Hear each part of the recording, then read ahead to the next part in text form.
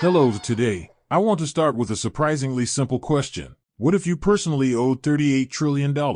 How much would you need to earn in a month? How long would it take you to pay it off? How would you even transport that much cash to the bank? And here's the real shock. Look at the two most powerful nations on Earth. The U.S. national debt is over $38 trillion. Japan's debt is approaching $9 trillion. These countries haven't collapsed. On the contrary, they are the most powerful economies in the world. So, if everybody is in debt, who is the creditor? For example, the U.S. federal debt, as of late 2025, is around $38 trillion. That's a staggering $111,000 per person. The question is, if you owed $111,000, you'd lose sleep, right? So why is the U.S. different? A homeowner risks foreclosure if they don't pay, but why doesn't the same logic apply to the government? Today, we will explore this paradox, the combination of high debt plus strong appearance. If you're ready, let's dive in. Now, there is a critical distinction we need to make. Household debt and government debt do not play by the same rules. Say you took out a $500,000 mortgage. If you lose your job, you can default. That loan becomes a major problem, your credit score tanks, and you could lose your home. You have a binding obligation to pay that principal back. But now, consider a state, especially a sovereign state that borrows in its own currency. It operates beyond this logic. The government has the ability to print its own currency and issue bonds. Here are the two key concepts: paying the debt and rolling over the debt. Paying off the principal plus interest entirely. Rolling over, when a bond matures, the government simply issues a new bond to pay off the old one. Governments overwhelmingly choose the second path. This mechanism is crucial for understanding why their dynamics are different from yours. A homeowner says, "I'll pay off the debt and be done." But the state says, "I will constantly manage and renew the debt." This is known as sovereign debt. This system didn't just appear. We need a quick look at history. The genesis of modern government borrowing goes back to 17th century England. Kingdoms were constantly fighting wars, which were incredibly expensive. In 1694, England issued the world's first modern government bond. This wasn't a cry of desperation, it was a letter of assurance. England essentially promised, "I will borrow this money from you, but I promise that I will collect taxes, I will have revenue, and I will pay this debt, including the interest." This was revolutionary. As a result, bankers, merchants, and wealthy landowners trusted England's bonds. The ability to borrow became a measure of credibility and power, not weakness. Today, the $38 trillion debt of the U.S. is staggering. But the truly amazing part is that this debt is proof of the market's trust in the U.S. Nobody lends money to a state they expect to collapse. So, debt is established when you are strong, not when you are weak. But who exactly is lending this money? Are you still thinking it's all China? Let's find out. Who is the creditor?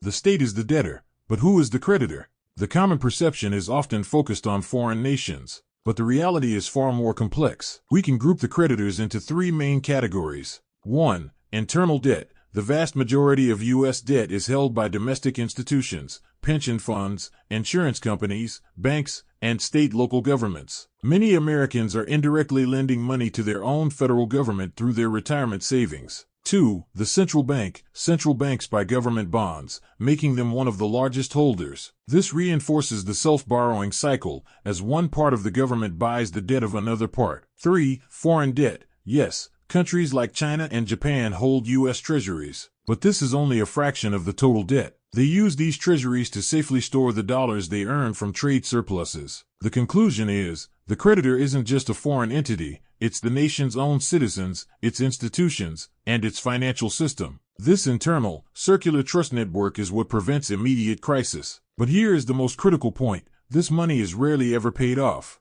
Because governments don't pay their debts, they renew them. How? That's the core of the paradox. Imagine you pay a $10 monthly Netflix subscription. You never say, "I'll pay off the entire subscription now." You simply let the old one expire and start a new one. This is exactly how sovereign debt works. It is misleading to think that governments plan to pay off the entire debt. Every day, hundreds of millions of dollars in U.S. bonds mature. But the Treasury doesn't pull the money out of a cash vault and hand it back. Instead, they issue new bonds. They use the funds from the new debt to retire the old debt, a process known as rollover. This strategy is sound from a systemic point of view. It's about managing the debt at a sustainable level, not eliminating it. The key is not the risk of default, but the risk of sustainability. The principle can theoretically be extended indefinitely, as long as the state can service the annual interest payments and the market believes this country is still good for it. In short, government debt is viewed as a perpetual liability that must be managed, not a temporary obligation to be cleared.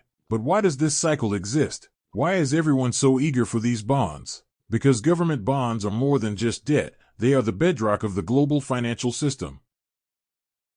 Billions of dollars in financial transactions happen every second. Stocks are traded, credit is extended, insurance is underwritten. But underlying all of it is one hidden question: is this transaction safe? The answer is almost always found in U.S. Treasury bonds. Why doesn't anyone want the U.S. to pay off its debt? Because the U.S. Treasury bond is considered the most risk-free asset in the world. The global system needs these bonds for three critical reasons. Collateral: banks use these bonds as the safest collateral when lending to one another. Liquidity: they are the most liquid assets. Banks treat them almost like cash for capital requirements. Benchmark: everything from mortgage rates to stock valuation is measured against the yield of U.S. Treasuries. In a crisis, when everyone is panicking, the money rushes in only one direction, into Treasuries. So, the U.S. debt is not just a national burden, it's a global systemic necessity. If the U.S. were to pay off its debt, the entire supply of safe assets would disappear, creating systemic risk. This is the ultimate paradox. The burden of the debt also acts as the mechanism that ensures global financial stability. The system is dependent on the continuity of this borrowing. Of course, nothing is risk-free, and this system carries two very important hidden costs. 1. The wealth transfer, paying the rich with taxes. The U.S. pays hundreds of billions of dollars in interest every year. In 2024, this figure surpassed $800 billion, more than the entire defense budget. Where does that money go? To the bondholders. That means large banks, hedge funds, pension systems, and, disproportionately, the top 10% of the wealthiest investors. Ordinary citizens pay taxes, and those taxes are used to pay guaranteed, risk-free interest to wealthy investors. In essence, government debt has become a mechanism for wealth transfer from the bottom to the top. This is a quiet, hidden cost that exacerbates global inequality. 2. The loss of confidence. The true danger isn't the size of the debt, but the uncontrolled rise in interest rates. If markets lose confidence, the state will have to pay exorbitant interest just to roll over its existing debt. Example 1. The Greek crisis. Since Greece could not print the euro, when confidence vanished, it could no longer roll over its debt and had to undergo painful austerity measures. Example 2. Developing nations. They often borrow in U.S. dollars, making them vulnerable to currency fluctuations and interest rate hikes, making their risk of default much more real than that of a sovereign nation like the U.S. Therefore, the issue isn't the size of the debt. The issue is the control over interest rates and, more importantly, the faith that creditors will continue to lend to you. This faith is both the system's engine and its most fragile part. We come to the final scene. At the center of this entire mechanism is trust, the ability of the state to borrow, to roll over its debt, and the willingness of investors to buy bonds, all depend on a very strong perception of confidence. If that confidence shakes, the system tremors. Now, I pose a question to you. Can this system last forever? Do you think it is sustainable? As the debt grows and the interest burden increases, could that trust one day run out? Or is this cycle of high debt and strong appearance the new normal for the modern world, or are we on a breaking point? Let me know your thoughts in the comments. Do you think it's sustainable or headed for a great collapse? Let's discuss. And if this video made you think, please hit the like button and subscribe, because we will continue to explore these deep dives into economics and philosophy on the channel. See you in the next one.